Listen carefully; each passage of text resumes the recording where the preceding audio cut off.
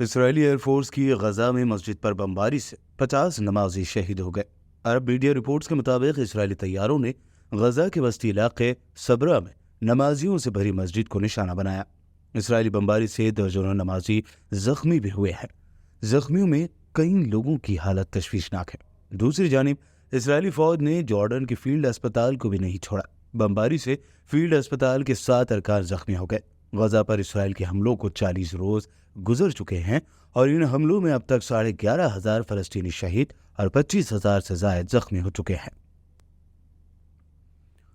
اسرائیل نے حماس کے سربراہ اور غزہ کے وزیر اعظم اسماعیل ہنیہ کے گھر کو ایئر اسٹرائیک میں مکمل طور پر تباہ کر دیا ہے۔ ساتھ ہی اس حملے کی ویڈیو اسرائیلی فوج نے شیئر بھی کر دی ہے۔ عالمی خبر رسائی ادارے کے مطابق اسرائیلی ڈیفنس فورسز اپنے سوشل میڈیا اکاؤنٹس پر ایک ویڈیو اس نے شیئر کی ہے جس میں ایک گھر پر فضائی حملہ ہوتے دکھایا گیا ہے۔ بمباری میں وہ گھر سیکنڈوں میں ملبے کا ڈھیر بن جاتا ہے۔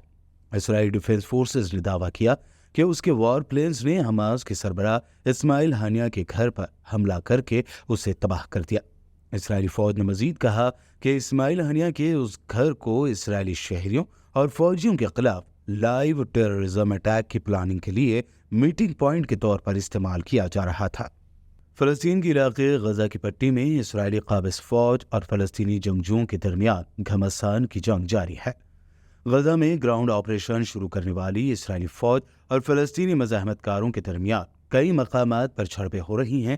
ان جھڑپوں میں اسرائیلی فوج کو بھاری جانی نقصان اٹھانا پڑا ہے۔ کل جمعرات کو اسرائیلی آرمی اور فلسطینی جنگجوؤں کے درمیان لڑائی میں نزدیکی جھڑپوں میں اسرائیلی فورس کے کئی ٹینک تباہ اور کئی فوجی ہلاک اور زخمی ہو گئے۔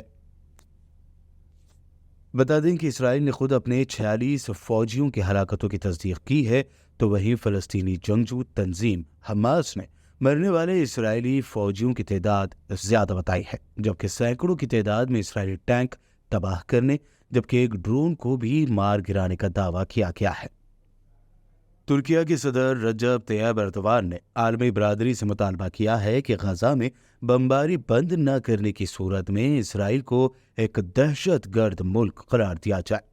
ترک میڈیا کے مطابق ممبر آف پارلیمنٹ سے خطاب میں صدر رجب طیب ایردوان نے اسرائیل کو غزہ میں وحشیانہ بمباری کرنے پر کڑی تنقید کا نشانہ بنایا اور فلسطینیوں کی نسل کشی پر اسرائیل کو دہشت گرد ملک قرار دینے کا مطالبہ بھی کر دیا۔ ترک صدر نے عالمی برادری کو مخاطب کرتے ہوئے کہا کہ اسرائیل غزہ میں اسپتالوں اور عبادت گاہوں کو بھی نشانہ بنا رہا ہے۔ اسرائیل کی وحشیانہ بمباری میں 4,000 بچے بھی مارے گئے۔ صدر طیب ایردوان نے سوال اٹھایا کہ اسرائیل کی اس جارحیت پر عالمی برادری کب تک خاموش تماشائی بنی رہے گی؟ اگر اسرائیل باز نہ آئے تو اسے فوری ایک دہشت گرد ملک قرار دیا جائے۔